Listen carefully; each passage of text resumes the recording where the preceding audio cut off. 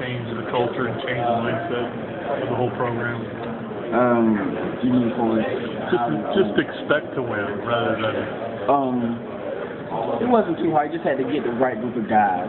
So, because Coach Poirier always had that mindset, well, we're going to go out and win, but if everybody's not on the same page as him, then it won't work.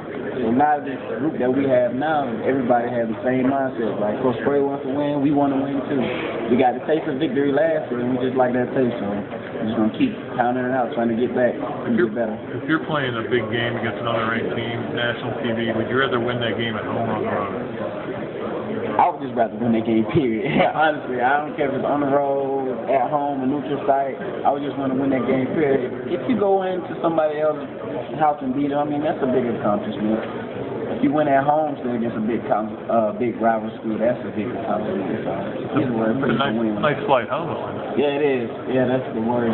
That flight home after a loss like that. We got a taste of that when we lost to Auburn in the SEC championship a couple years ago. Thanks. Who are some of the guys in summer workouts that you've been really impressed with?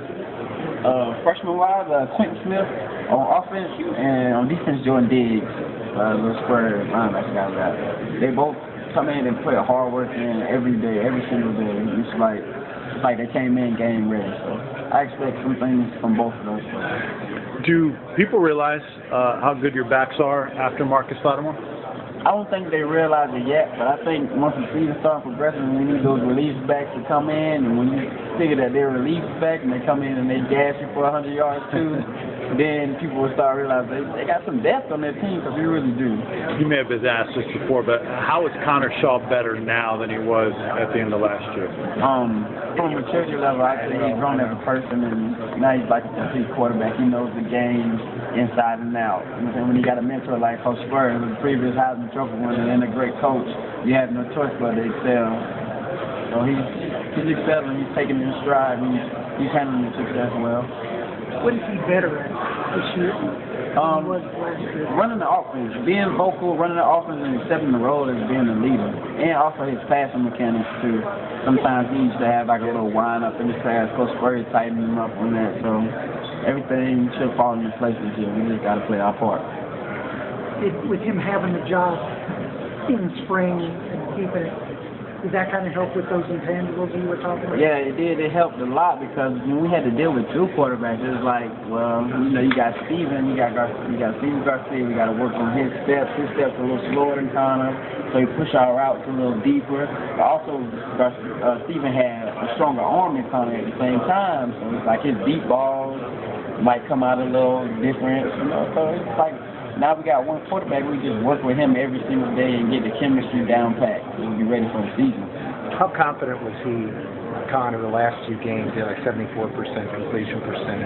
Really low. I mean, he was real confident. I mean, like, I feel once you get that starting job that you believe that you deserve, it brings back, like, if you're an athlete, it brings back, like, memories, like, you just go back to your high school days. It was like, I was running the show in high school, now I got my confidence back. Instead of sitting on the bench watching the game every Saturday, I'm out there playing now and running the show. So I think it just brought, like, confidence back in this game, and it just showed, like you said, 74% pass. It's always tough to come back from a knee injury, but what are some realistic expectations you think that should have for Lattimore this year? I don't expect the expectations to drop at all.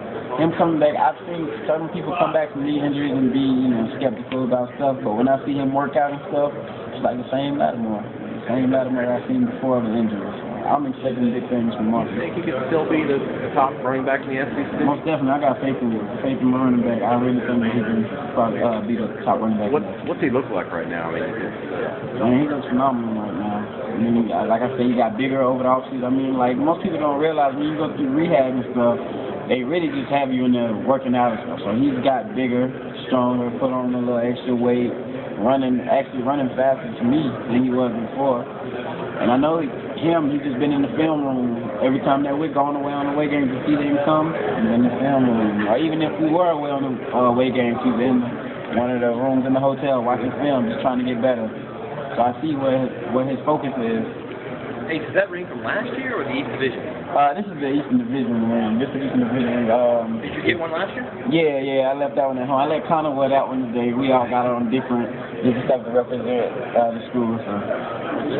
Last year when y'all were watching the SEC championship games, is there any bitterness watching Georgia in there when y'all were beating them?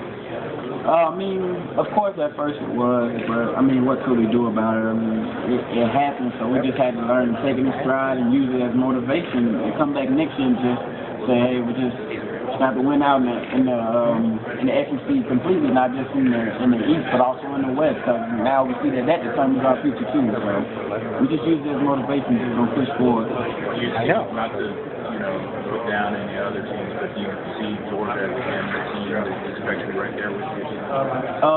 Obviously, they got a lot of players returning, so I believe that they are definitely a contender. That's a team that we'll have to look forward to playing. But we'll just take it a game at a time. Like I said, I don't know what to expect from any teams out of the SEC. Any team could up and just be a powerhouse at any moment. So we just prepare for every team that we face. Hey, Phil, you guys should be mentioned with LSU and Alabama now, or I think we still have to earn it, but I would say that it is safe to mention us with them just because of some of the stuff that we have accomplished in our past. I mean, like 11-2 with Coach Spurrier as our coach. I mean, just his name alone, you would have to throw it in the conversation just so you know what kind of coach he is, what kind of stuff that he'll bring to the table, and just some of the smaller things. Being a smaller receiver, talk about what kind of adjustment it's been for you in your career to learn to get off of GM coverage. Really, to me, for a small receiver to get off a jam, it's more of an advantage than a bigger receiver because they got a bigger target to aim for. With Alshon, it was easy to get your hands on Alshon, but it's just like his body weight to take over and just push you out of the way. With us, it's just like you be timid after a while, because we could make you completely miss at the line.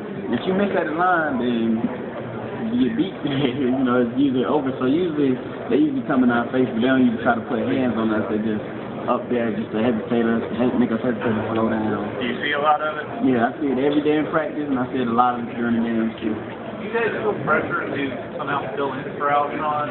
A lot of fans, they like try to put pressure on us, but I talk to my group of receivers, and I tell them, I would rather just move as one unit instead of just worrying about who's going to replace Alshon, because Alshon, that's something that's hard to replace. You're not going to find too many players like Alshon floating around. So I feel like if we just all play our part and just all become like role players and do what we do best to the best of our ability, we'll be all right. We'll be okay. Seems like lately, talked to Coach Spurrier, that his swagger has kind of returned and everything like that. I mean, over the years, have you sensed with all the wins, just how South Carolina has kind of made a name for itself? I mean, what do you think about that? Yeah, I mean, once you get wins, you start to get confident. When you get wins, you get your confidence back. Coach Spurrier knows what kind of guys he has. That's why he's so confident. That's why I'm confident, too, because I know what kind of team that we have this year. And I just know that I expect big things for them, and they hold themselves accountable. For anything that they do, they always hold themselves accountable. So that's probably what he sees, a lot of leaders in this group. And, he got a group full of leaders. Usually the outcome is pretty good, so that's why he's so confident, I believe. Do you feel like it's a company culture, him coming in and working with the culture?